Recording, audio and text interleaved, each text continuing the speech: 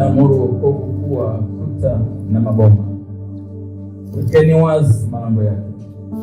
Taifa lenye haki lishikalo kweli liingie. Utamlinda yeye ambaye moyo wake umekutegemea, katika amani kamilifu, kwa kuwa anakutumaini. Mtumainini Bwana siku zote, maana Bwana Yehova ni mwamba wa milele. Mstari wa 10. Mtu mbaya ajapofadhiliwa, hata hivyo hatajifunza haki. Katika nchi ya unyofu atatenda udhalimu, wala hatauona utukufu wa Bwana. Bwana, mkono wako umeinuliwa, lakini hawaoni, lakini watauona wivu wako kwa ajili ya watu wako. Nao watatahayari, maana moto utawala adui zako. Bwana atatuamuria amani, maana ni wewe pia waliyetutendea kazi zetu zote. Ee Bwana Mungu wetu, mabwana wengine zaidi ya wewe wametumiliki, lakini kwa msaada wa neema, katika jina la Yesu nafungua masikio ya mioyo ya watu wao, na malango yao Bwana yaliyo mbele yaliyofungwa yakafunguliwe, yakawe wazi katika jina la Yesu. Haleluya! Kwa msaada wa Bwana malango yanafunguka. Bwana Yesu. Kitabu cha Isaya. Isaya anaona mambo magumu, anaona mji uliona nini? Na nguvu. Anasema tunao mji wenye nguvu. Tunao mji wenye nguvu. Sisi tumo mji ulio na nguvu. Sisi tunao mji ulio na nguvu. Sema sisi tunao mji ulio na nguvu.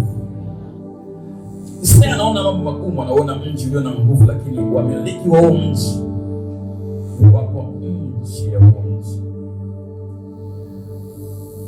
kwa sababu malango ya kuingilia huo mji yamefungwa, hayako wazi. Mji huo unalindwa na Mungu mwenyewe. Kuta zake zinaitwa wokovu na maboma. Mji, weka ofisi yako, weka biashara yako, weka kazi yako, weka nyumba yako. Anasema wokovu ndio kuta zake, lakini anazungumza taifa lenye haki. Kumbuka kuna vitu vimeitwa hapo, wekeni wazi malango yake, ili taifa lenye haki lishikalo nini? Kweli liingie humo katika huo mji. Bwana Yesu asifiwe. Anasema mtu mbaya akiwa ndani ya huo mji hata uona utukufu wa Mungu. Okay. Ikisoma kitabu cha Yohana Mtume kwenye Ufunuo mlango wa 3 mstari ule wa 1 mpaka wa 5, na kwa malaika wa kanisa lililoko Sardi andika, haya ndiyo ninayo yeye aliye na hizo roho 7 za Mungu na zile nyota 7. Najua matendo yako, ya kuwa una jina la kuwa hai, nawe umekufa. Uwe mwenye kukesha, ukaimarishe mambo yaliyosalia yanayotaka kufa, maana sikuona matendo yako ya kuwa yametimilika mbele za Mungu wangu. Basi kumbuka jinsi ulivyopokea na jinsi ulivyosikia, yashike hayo na kutubu. Walakini usipokesha, nitakuja kama mwivi, wala hutaijua saa nitakayokuja kwako. Lakini unayo majina machache katika Sardi, watu wasioyatia mavazi yao uchafu, nao watakwenda pamoja nami bado hali wamevaa mavazi meupe, kwa kuwa wamestahili. Kwa kuwa wamefanyaje? Yeye ashindaye atavikwa hizo mavazi meupe, wala sitalifuta kama jina lake katika kitabu cha uzima, nami nitalikiri jina lake mbele za Baba yangu na mbele za malaika zake. Mungu asifiwe sana. Elewa maana ya jina kuandikwa kwenye kitabu cha uzima alafu kufutwa. Elewa hiyo kodi, amina. Alafu elewa malango kuwa wazi na malango kufungwa. Haleluya. Lakini ukirelate hii, ukilinganisha Isaya na Ufunuo, kitu ambacho anakizungumza Isaya na Ufunuo, anazungumza tunao mji ulio na nguvu. Mungu ataamuru wokovu kuwa kuta na maboma. Katika huo mji anasema wekeni wazi malango yake, taifa lenye haki lishikalo ukweli liingie. Yesu anamwambia Yohana kuwa kanisa la Sardi kuna majina yaliyo kuwa kwenye kitabu cha uzima na walistahili kuwa kwenye kitabu cha uzima, lakini majina yao hayapo. Anamwambia unao watu wachache katika Sardi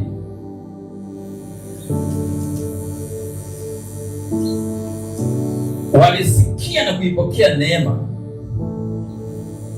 lakini baada ya Yohana kuingia gerezani kuna watu waliacha imani. Kuna watu waliacha imani. Kuna watu wanaanza kumjaji Mungu, huyu anatuletea injili, mbona yeye amefungwa sasa? Anamwambia unao watu wachache ambao wao wamejitunza, hawajaiacha njia. Bwana asifiwe sana. Walisikia na kuipokea neema vizuri sana, lakini kuna mambo hayapo kwa sababu hawakudumu kwenye ile neema. Kuna kitu kilichowafanya watu wasikae hapo. Sasa alijaa, lakini sasa imepungua. Kuna mambo yamepungua. Anasema tu yaimarishe mambo yaliyosalia, maana kama yaliyosalia kuna mengine yalikufa mengi. Yaliyosalia jaribu kutengeneza. Haleluya. Sikiza mtu Mungu. Maadamu ni taifa lenye haki, malango yote yakafunguka.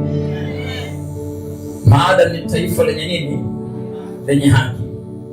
Maadamu linashika kweli, litauona mlango uko wazi na utumie.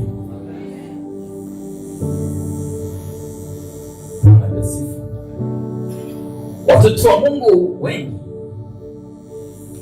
tupo ndani ya mji, lakini tumekosa nguvu au tumedhoofishwa kiasi cha kushindwa kuyaona matokeo ya kuwa ndani ya mji.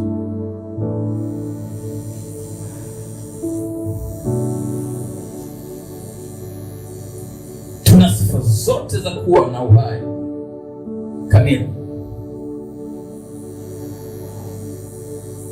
Unaweza ukawa ndani ya mji na usijue uko ndani ya mji. Hapo nazungumza, naomba unielewe vizuri. Amina. Naweza kuongea mafumbo ikawa ni mafumbo kwa. Nimekwambia kwenye mji uweka biashara yako, weka huduma yako, weka kazi yako, weka biashara yako, weka familia yako. Una jina la kuwa hai. Umestahili kuwa hai. Umestahili kupata na kuona utukufu wa Mungu ndani ya huo mji.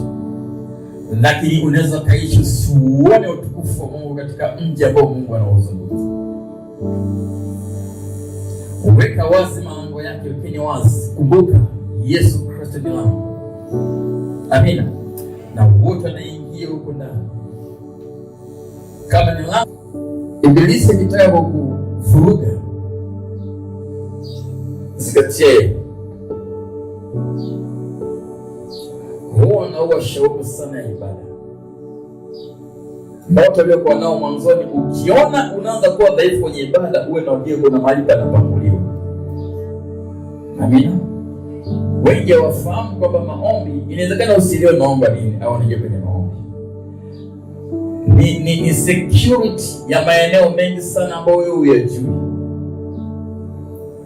Amina. Ni ulinzi kwenye maeneo mengi ambayo wewe unaweza usiyajue. Nitana mmoja mbele.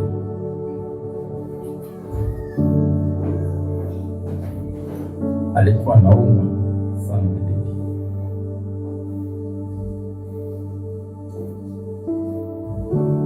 Amezeka sana.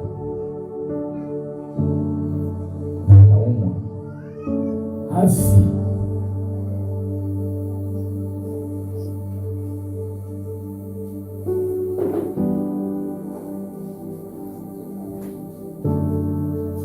Alikuwa amejiunganisha na uhai wa mtu. Tunafahamu tunaweza kujiunganisha na uhai wa mtu. Bibi ana umri mrefu, amejifungishia agano na mtu mzima kijana. Kama akifa atakufa naye. Amina. Maana kijana anaendelea kuishi, ile bibi anaishi, japokuwa amechakaa. Amina. Anaoza lakini anaongea. Bwana besi. Hiyo ni sayansi ya kiroho. Kuna watu hawataka kufa, walifikiri naweza kaishi milele. Sasa umefika wakati anaumwa. Alikuwa akizungumza na mpenda huyu, na nikiondoka tunaondoka wote. Ndugu anateseka, unaomba, anatamani mama afanyaje? Ama okay. Haleluya. Na kijana sema nampenda sana mjukuu wake huyo hapa, lakini anazungumza kama akifa tuondoka naye huyo. Kijana bado mdogo. Hichi kabisa. Haleluya. Lakini mama ameokoka. Na alikuwa ameokoka. Lakini alikuwa kwenye agano nyuma huko la maisha ya uhai. Ameokoka. Alizungumza kitu kimoja. Unapenda kusikia hicho kitu?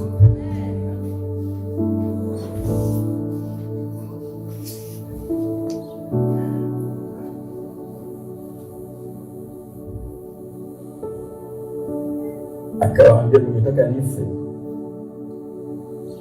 Anakumbuka agano loloingia. Lazima mfue nguo nyeusi kaniki ili mwikamue, nipe maji yake ndio nitakufa. Wakawa naogopa kusema tukifanya sisi tutachukua tunamnyonga. Maana wanasema ukikamua ile kikipa maji ndio maana yake umemnyonga.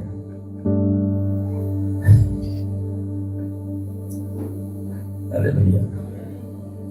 Tukaambia msiogope. Tuliomba tukamwambia kijana yuko kwa, tukachukua maji tukaomba, tukatenganisha uhai wa huyu mama, huyu bibi na huyu kijana. Tukatenganisha uhai, kila mtu akabaki na uhai wake. Maana wao kwa wanatembea na uhai mmoja. Amina. Kila mmoja atenganishwe na uhai. Kila mtu akabaki na uhai wake. Tukaongea mimi nikamwambia kunywa maji yao, kijana kunywa maji yao, bibi hata kula hawezi, hata kumeza maji hawezi. Nikamwambia wewe bibi, kijana kunywa maji yao. Akanya kidogo, nikamwambia okay, itakavyokuwa vyovyote nipende nibebe anywe maji. Maana sasa hivi kila mtu na uhai wake. Haijafika saa moja akaenda. Bwana asifiwe. Mungu asifiwe. Bibi ameokoka, lakini lango la kwenda kwa Yesu limezuiliwa. Miungu imekaa katikati kwa sababu ya agano lililoingia. Bwana asifiwe.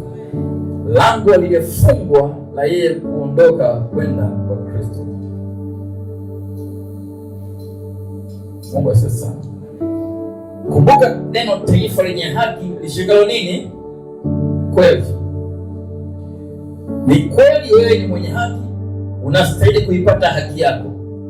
Kumbuka kitu kimoja, hutaipata haki kwa kukiri. Nisikie, maana kwa kinywa hukiri hata kupata nini? Wokovu. Kwa moyo huamini hata kupata nini? Haki. Haki hutaipata kwa sababu umemkiri Kristo kwa kinywa chako.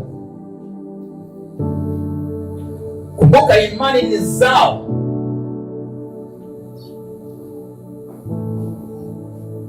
Imani ni zao. Lango la imani kwa watu wengi limefungwa. Imani ni zao la kusikia.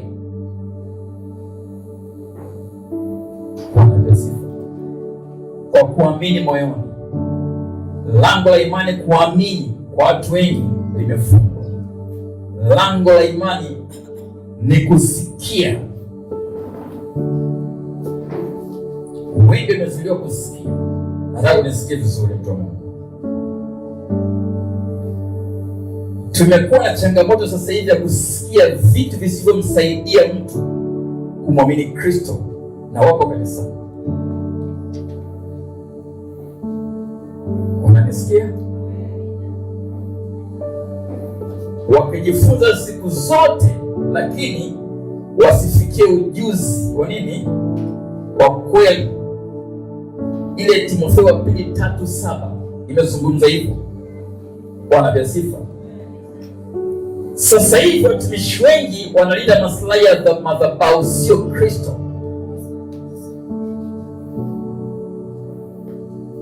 Ukisikiliza wengi tunalinda maslahi za dini, sio Kristo. Ukimuuliza mtu sasa hivi dini yako ni dini gani, atakwambia dhehebu. Hiyo ndio hatari kubwa sana. Haleluya. Wanalinda maslahi ya dhehebu, sio Kristo. Wanashikilia mila na desturi ili kulinda watu kwa maslahi ya dhehebu. Mila imekuwa na nguvu sana. Kuna taratibu za kishetani kabisa za mila zimekuwa na nguvu, zinashikiliwa ili kulinda maslahi, kushikilia watu kwanza, ili kulinda maslahi ya dhehebu au ya dini. Hadi ukijua kweli kwamba hawako tayari kusema kweli hiyo, kwa sababu ya maslahi ya dini au dhehebu. Haleluya. Bwana asifiwe. Na madhabahu tumejinadi, tumefunga lango la imani la watu wengi sana. Malango, anasema wekeni wazi malango yake. Lango la imani kwa watu wengi limekuwa closed, limefungwa, tukiamini dhehebu badala ya Kristo. Ni rahisi sasa hivi ukimtukana Yesu ndio ashtuki. Sema vibaya dhehebu. Maanake wamekuwa wafungwa wa dhehebu, sio wafungwa wa Kristo. Bwana apewe sifa sana. Haleluya. Tunajinadi madhehebu mengi sasa hivi. Kanisa letu sisi lina watu milioni 5, milioni 10 Tanzania nzima. Kumbe watu hao sio wa Kristo, ni wa dini, wa dhehebu. Sasa hivi madhehebu ni makanisa ni mengi yameibuka, watu hawajui kwa sababu gani? Sawa, kwa sababu tunampora Yesu watu. Na Yesu anaingia kupasua hapo, tugawane. Kama umenipola udongo nimekupa wewe, ingia hapo. Mimi umenipola, anapasua nini zimepasuka zaidi pale pale. Kwa sababu watu wanashikilia watu, wamewafanya tukoma kwenye magereza. Inamlazimu Mungu Yesu kuingia kukufanya ukombozi kwenye dhehebu, kuchukua watu wake. Kwa nazungumza, inamwandalia Kristo bikira safi, watu wa Kristo waje kwake. Lakini haikuwepo kwenye kanisa la kwanza. Kanisa la sasa hivi tunajinasi, huyu mtu umechukua watu wao. Watu ni wa Kristo. Tumekuwa na dini ambayo sio Kristo, bali ni dhehebu.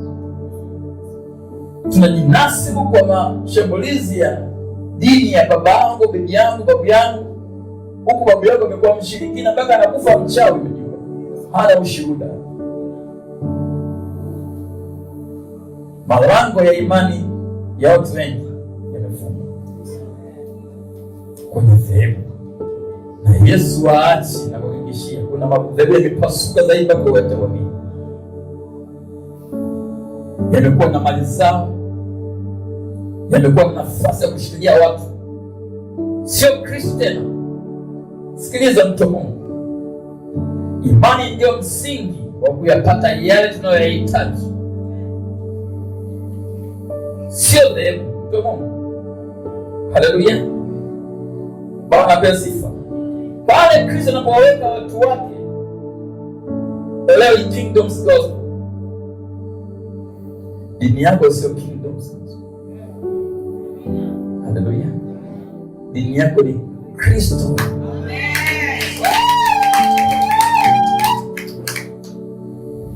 Mungu asifiwe sana. Bwana apewe sifa. That's why nikija kutoka wala simuuliza ndio ameenda kanisani. Mtu akiingia hapa ametoka ameama, wala sishughuliki naye. Sina vita na mtu. Bwana apewe sifa. Nina vita na ibilisi tu. Bwana apewe sifa. Na wewe nataka uwe na vita na ibilisi. Bwana apewe sifa. Imani ndio msingi wa kupata unayohitaji. Ikichokonolewa tu imani, hutamwamini Kristo tena mwenye vitu vyote. Sikiliza, dhehebu halina mme, halina mke. Mke mwema mtu upewa na nani? Dhehebu halina mume, dhehebu halina utajiri, ila Mungu ndio atupea nguvu za kupata nini? Msiwe wafungwa wa watu. Yesu alizungumza kitu kimoja, msiwe watumwa wa wanadamu. Haya madhehebu tumeanzisha watu. Haleluya, Bwana apewe sifa. Haya madhehebu unayoyaona ni watu wameanzisha. Sasa tuna takwimu, tuna watu wangapi duniani? Kumekuwa na matokeo machache sana ndani ya mji, kwa sababu watu hawako ndani ya Kristo tena. Wako ndani ya mji unaoitwa dhehebu. Wako TAG, wako EAGT, wako Anglikana, wako Roma, wako Lutheran. Tunajigambia huko, mimi dini yangu ni hapa. Wewe dini yako ni Kristo. Ukiona dhehebu linaenda ni yeyusho, linakulinda sana, linakuinda, linakunyonya, yaani wewe nikimbie, mtafute Yesu ili uwe salama. Usalama wako hauko kwenye dhehebu. Usalama wako hauko kingdoms. Usalama wako kwa Kristo. Haleluya, Bwana apewe sifa. Malango ya watu wengi kwenye imani, hamna kitu kibaya tunacholia nacho kwenye kanisa this time round kama imani. Imani inachokonolewa sana. Imani imeingia kwenye kuchokonolewa sana yani. Nate imani imepoteza mpaka zile treni. Inabidi tushikilie nini pliers kufungua. Haleluya. Kwa sababu tumeamua kuwa watumwa. Nilivyo kada dini mwanzo. Nimekuwa kwenye dini na nini? Nilikuwa shabiki wa dini kweli, nikamwambia Yesu, nimeokoka leo. Nataka unifundishe. Sijui nini nizungumze, sitaki kuwa mtumwa wa dini. Na mimi nilielewa kwenye makanisa ya Pentecost, nilikuwa kwenye dini lakini. Haleluya. Mungu asifiwe sana. Malango wekeni wazi malango yake. Hapa naweka wazi. Mungu asifiwe. Naweka wazi malango. Yabesi. Mlango wa kwanza ule. Nyakati wa 4. Nyakati wa kwanza 4. Hii historia nimefikiria sijui itokeaje wapi. Maana ukiangalia unaona kuna mistari nilizungumza ya Yesu mistari miwili tu. Hapa sielewi.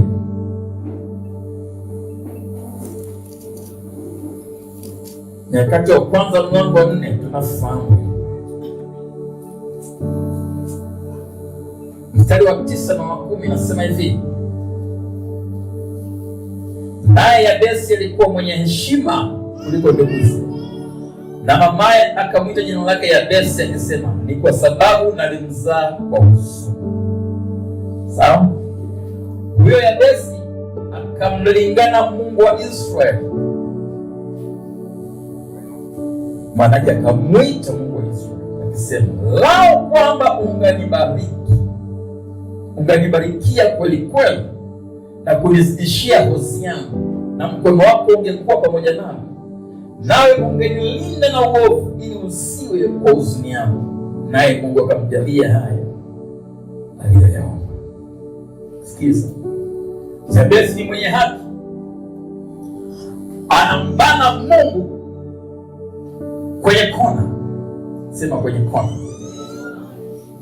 Lango la kuyaendea mafanikio limefunga kwa sababu ya jina ambalo mamake alimwita Yabesi, kwa sababu alizaliwa katika wakati wa nini? Huzuni. Na Yabesi huzuni ikawa inamnyemelea. Alikuwa sio kama hajabarikiwa, alikuwa amebarikiwa, lakini aliona aina ya Mungu anayetembea naye sio kiwango cha baraka hizi nazotembea nazo. Amina. Akazungumza, lao ungenibarikia kweli kweli. Ana baraka nazo, lakini haikuwa indeed. Biblia inazungumza neno indeed, haswa. Amina. Ana baraka, lakini kiwango kile cha baraka ambacho anatembea nacho, anasema aina ya Mungu ndiye naye, hapana. Hapana. Sio staili inayotembea nayo. Anasema, lao ungenibarikia kweli kweli na kuniongezea hozi yangu na kuitanua mipaka yangu. Hozi ni mipaka. Amina. Enlarge my territory. Anasema hapa mimi nimebanwa. Maana alisema alimuita Bwana kwenye kikao, alimlingana Bwana, alikaa naye akamwambia, mzee, tukubaliane, ungenibariki vizuri. Tatizo hili lilonalo sio miungu. Amina. Unajua kiwango cha maombi unaweza kufika kuomba issue haipo tena kwenye madhabahu. Akajua hii ngoma niko kwako wewe Mungu. Bwana besifu. Hapa tulipofika mimi na wewe Bwana, sio ndo kufanya biashara hii, nitanunulia hii biashara. Naona nimebana. Kiwango cha mimi na wewe ni mwenye haki. Kumbuka neno mwenye haki. Yuko kwenye malango, yuko ndani ya mji, lakini hajatembea kwenye utukufu ule wa Bwana. Nataka unielewe. Amina.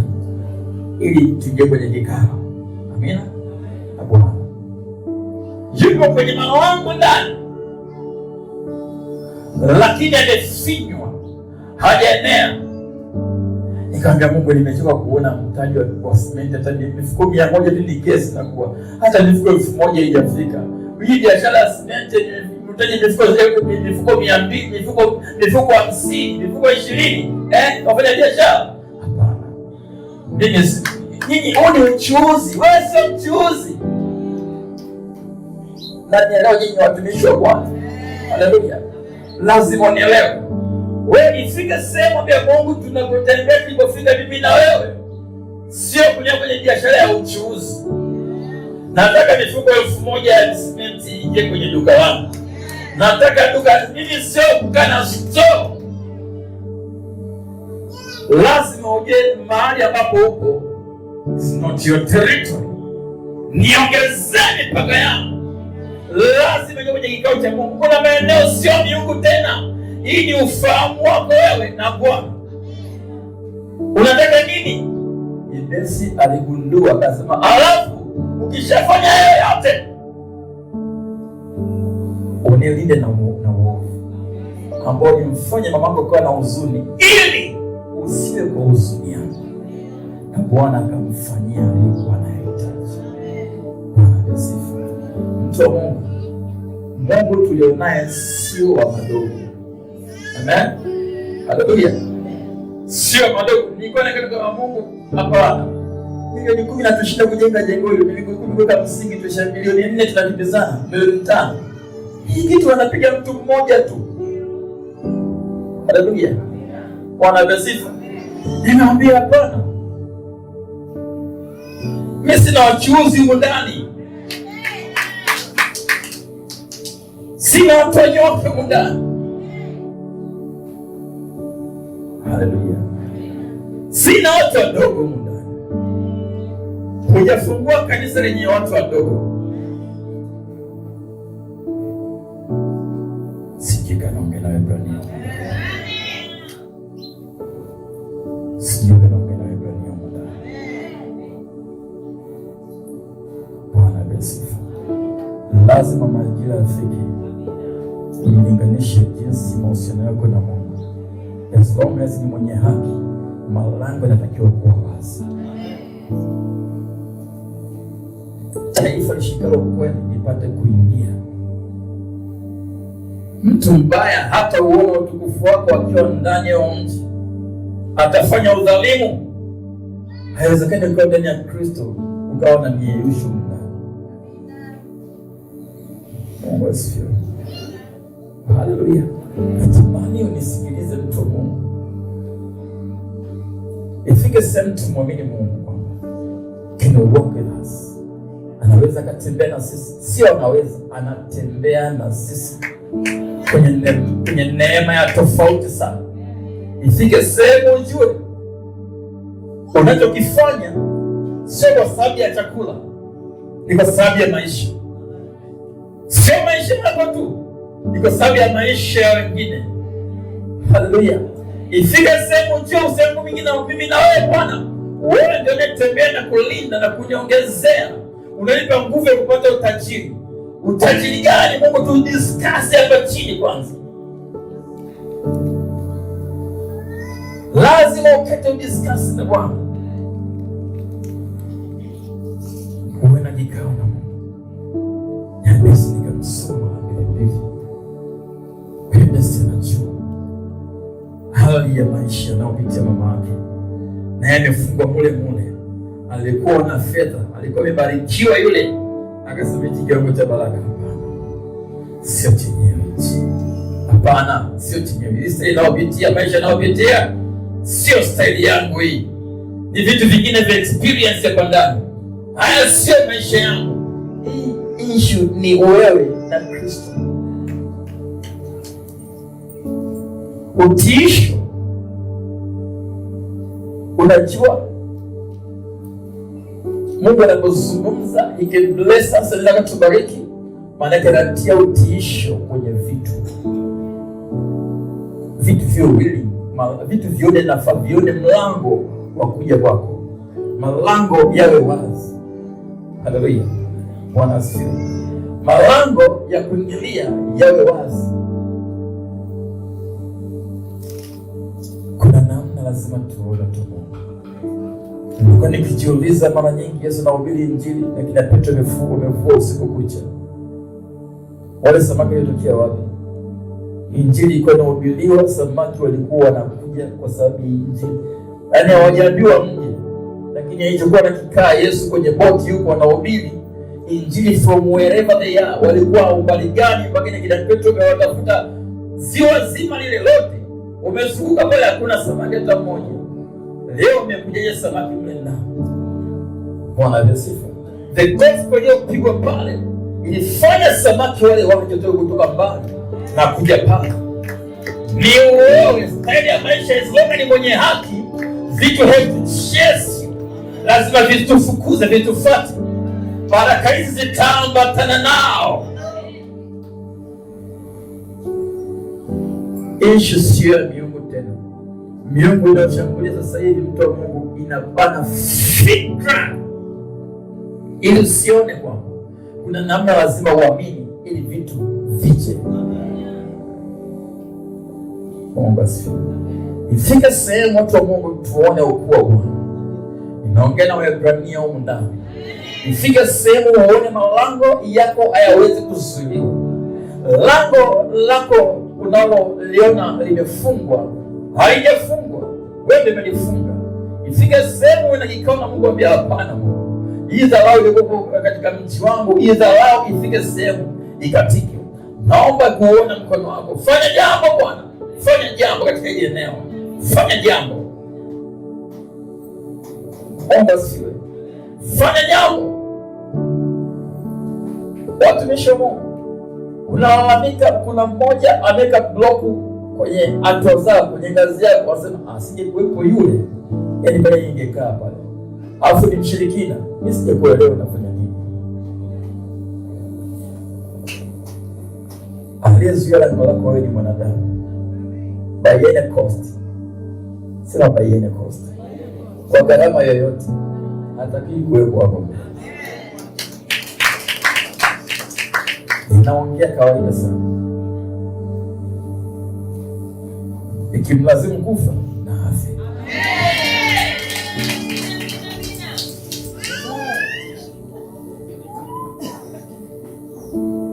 Mungu asifiwe.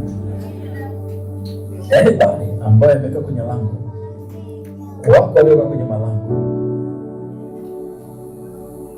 ili vitu visije. Ikimlazimu huyo mtu kupotea kwenye ulimwengu, na aende.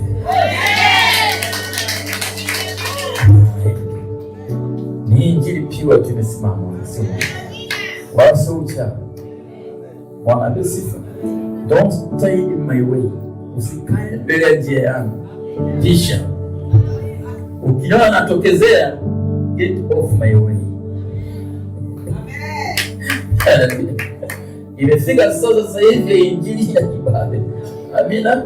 Kama unataka kumwabudu Bwana, kama Mungu ni Bwana, na abudiwe. Kama ni Baali, na abudiwe. Lakini sharti moto ushuke. Utakaofanya mimi waamini, light sharti moto ushuke. Tushazungumza, leo ungenibarikia kweli kweli na kunyongezea hofu yangu. Nani anayezuia nisienee? Nani anayezuia nisienee? As long as Yesu, as long as ni mwenye haki, nani anayezuia nisienee? Get off my way. Kaa pembeni ya njia yangu. Haleluya. Anaifungua lango. Anayezuia furaha. Anayezuia amani. Anayezuia furaha yako. My friend, aamue tu kwenda nje na aondoke. Akae pembeni kama kufa na afe. Kwa jina la Yesu. Hii injili imenyooka vile vile. Kwa jina la Yesu. Haleluya. Bwana ape sifa. Awe mchawi, awe mnafiki sio mchawi, ataenda. Kwa jina la Yesu. Haleluya. Bwana ape sifa. Nimedhamiria katika eneo. Nina uhakika na inachozungumza. Ni wakati mwingine sana. Yesu atakayokuja. Yesu atakayeje kuja. Sijenisha nikuza. Haiwezekani. Yesu atakayeje kuja mwanangu. Hata KST unafanya kazi nyewe, unafanya kazi nyewe. Amenielewa wewe, ndio ikaja tu hadi kwa Yesu. Kwa jina la Yesu haleluya. Wewe mfanya kazi, mimi sikuelewi. Wewe unayefanya kazi, unayefanya biashara, acha kubahatisha. Fanya kazi na Mungu. Ili uongee sentensi, hakikisha unafanya kazi ya Mungu. Ili uweze kumbana kwenye kona nye. Mungu anabana kwenye kona. Ulisema, as long as ni mwenye haki, utazungumza, it will proceed.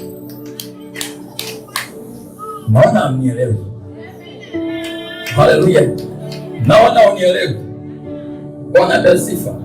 As long as uko kwenye njia, ifike sehemu tujielewe. Mchawi hawezi kusumbua. Nisikize nyinyi watu. Nyinyi mnao hofu na washirikina wachawi, hata maofisini kwenye biashara zenu, nisikilizeni. Huu ni wakati wa Waebrania kuonekana wameshindikana uchawi. Unapigwa zongo wewe.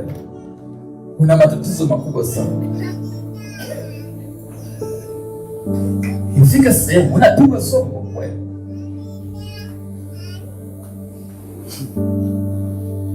Kweli. Unaogopa tutachukua nyao zako. Kweli. Wewe. Hauko serious. Uko nje ya mji. Uko nje ya nini? Uko nje ya mji. Tunao mji wenye nguvu. Wekeni wazi malango yake. Ninaweka wazi malango ya mji. Taifa lenye haki lishikalo kweli.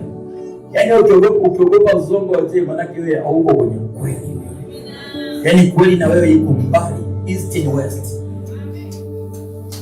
East and west. Wakajaribu watakuchubua, sio kukuua. Katika kukuchubua kwao watalia wao. Tunapoingia kwenye vita, kumbuka nilikwambia vita ni vita. Kuna kipindi sisi tunakupitia kwenye sikio, itachukua sikio. Vita ni vita tu. Itapita na mguu wakati mwingine, itapita na mkono wakati mwingine, lakini hatufi. As long as tumebeba kusudi la Mungu, we'll never die. Hatufi. Naongea na Waebrania huko ndani. Ifike sehemu na nyakati tuambie Bwana, haiwezekani. Lazima tukae kikao na Bwana. Lazima tuwe na kikao.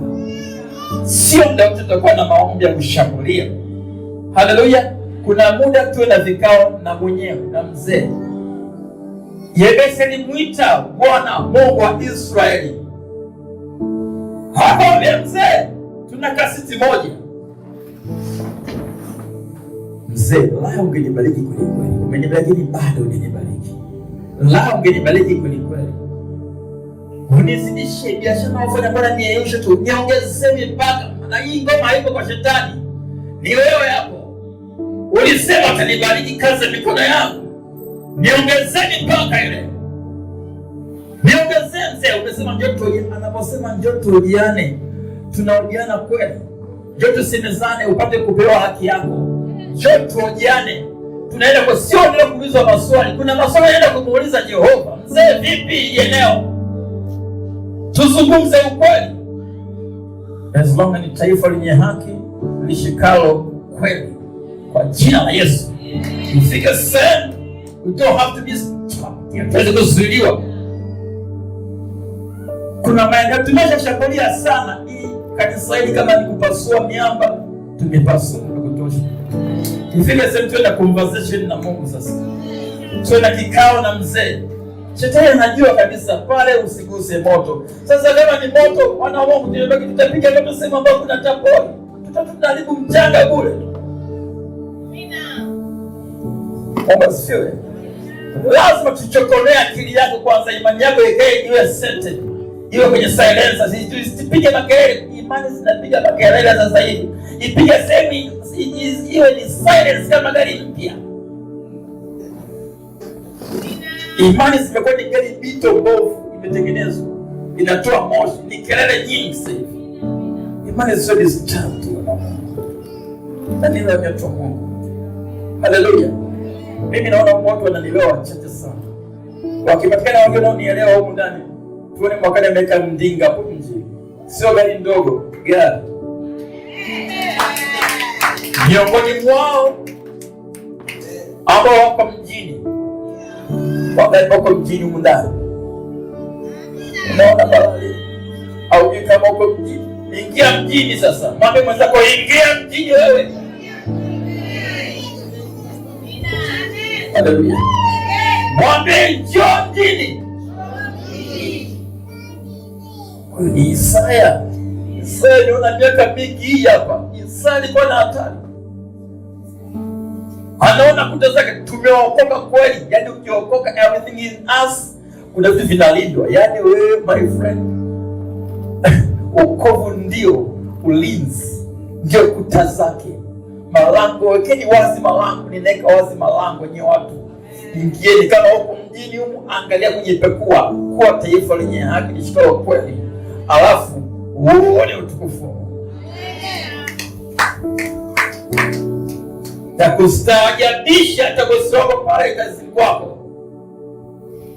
Ukinielewa ninachozungumza, mpaka usoko natuma atakuitia wewe, utakukuru waje kukuchunguza jinsi utakavyoishi. Taifa lenye haki ni promotion. Kunaona utafanya vitu kwako unataka kweli, akaunti zako ziko fresh, lakini una vitu vifanani kabisa na mshahara wako, alifanani kabisa na kazi yako. Atakupeleleza, mama yangu umeelewa leo, my goodness. Bwana kafungue malango yako ya kwanza. Leo watu mtafungua. Nitakupa kuhubiri sana, nasikia msuka kupasuka lakini najizuia. Ingia mjini mtu. Come in town. Hallelujah. Mwambie mwenzako welcome in town. This is downtown.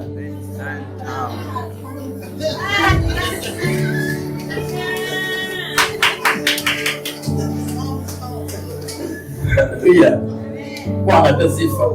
Hiyo biashara yako isiwe ya msimu wa kilimo tu.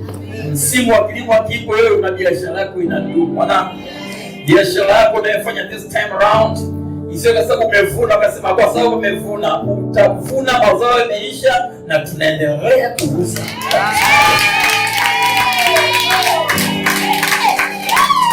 Na Bwana akafungua lango. Kama hujaona, you have to see. Lazima uone vitu ambavyo wengine hawaoni. Ndio maana kwa na Kristo hatuko na Yesu kwa sababu ya kidini, tuko na Yesu kwa kweli, ili tuweze kuona utukufu wake. Sisi ndio utukufu wa Bwana. Mungu akukosea, ifike sehemu ujue Mungu akukosea, ukuleta hapa duniani. Mpaka malaika wanatuonyesha, malaika wenyewe wanashangaa, jamaa mbona sawa? Malaika wenyewe wanalalamika, wanashangaa malaika. Sio malaika tu, yule Roho ndani yetu anatuonea wivu. Neema tulionayo sisi, na kina Ibrahim hawakuwa na hiyo neema, na kina Musa hawakuwa na hiyo neema, walikuwa wanaitamani. Sisi tuko ndani ya neema hiyo, tuko mjini, lakini tunashangaa, tumepigwa kabisa ni kwa sababu ya fikra. Na haya najua ni mashambulizi ya misingi ya imani tunachokonoa sasa. Ninajua sisi tumetoka kwenye madhehebu tofauti. Kuna ukoko wa madhehebu huko hapa tunajua. Kuna namna ulisikiaga, sasa hivi tunasikia vitu vigeni. Tunachokonoa hiyo imani hiyo kwenye silence, the good silence. Tuna balance silence. Hallelujah. Sikwambia bali mimi dini yangu nzuri. Hata hii dini sio nzuri hii hapa. Hii ili zebu, hii nzuri. Ninakwambia ile nzuri la Kristo. Yeye ndio anayeweza kugeuza matokeo. Kwa jina la Yesu. Huyo ndiye anayegeuza matokeo. Mali zako unazozihitaji, vitu vyako, ndoa yako, mtoto wako, mwanangu, haipo kwenye dhehebu lolote. Muamini Kristo.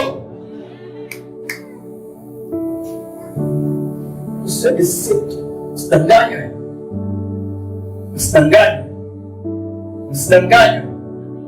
Ukila mtu anapaswa dhehebu mwenzake ule wale bwana wana mapepo wale sio. Ukiona mtu anamtumisha nakwambia wale dini ile pale wale kule, yani anza kueti mtike kweli bwana kweli, alafu toka hapo ni mwambie thank you. Hallelujah. Ifika sehemu tuambiwa tu ukweli, tunamwambia ukweli. Ingawa ukweli una gharama sana. Ukweli watu hawataki kusikia. Tunawaambia ukweli kwa sababu ya faida zetu. Sio wafungwa wa wanadamu. Sio wafungwa. Hapo mfungwa katika Kristo. Huyo ndiye mwenye salama yako. Aliyekuambia njioni kwangu ninyi nyote msumbukao kwenye maono mizigo na nitawapumzika. Yeye ndiye mwenye rest. Yeye ndiye pumziko. Ukimpata yeye hakikisha kwamba you get rest. Unapata pumziko la imani, unapata pumziko la biashara, unapata pumziko la familia, unapata pumziko la kazi, unapata pumziko la afya yako. Huyo ndio kuzungumzia huyo.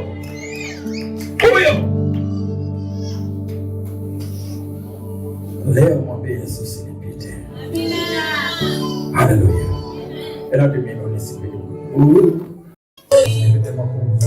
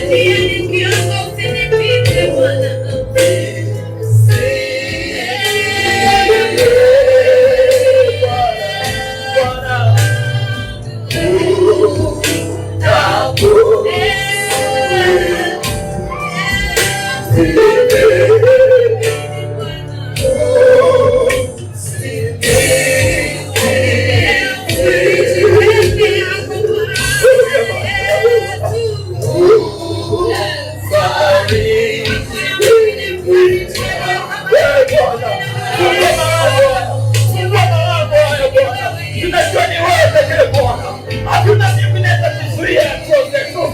Ni wewe Bwana, fungua malango haya.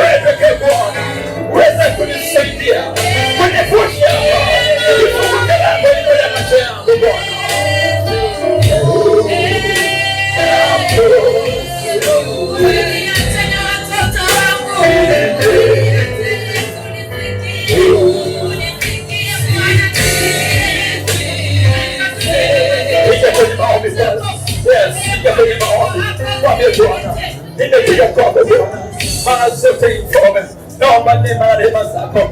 Sema ikaona Bwana, mwambie Baba, hapana, inatosha mlima, inatosha mlima Bwana. Hapana Bwana, ni wewe uliyeniita, ni wewe uliyeniita Bwana, ni wewe uliyenichagua Bwana, ni wewe uliyenialika barazani kwako, na ni kwako nimesogea. Nahitaji neema yako Bwana, ni wewe uniwezeshe Mungu Bwana na kupata utajiri. Ni wewe unayefundisha Bwana watoto wangu, anafundisha na wewe watoto wangu. Ni wewe Bwana unaenda kufanya mambo makubwa ya ajabu yasiyoelezeka Bwana. Nimechoka kuwa wa mwisho, nimechoka kuwa duni Bwana, nimechoka kuwa chini. Mimi sio wa chini Bwana, mimi sio duni kabisa. Naomba mkono wako Bwana, wewe kanisaidie katika mambo haya. Inafungua lango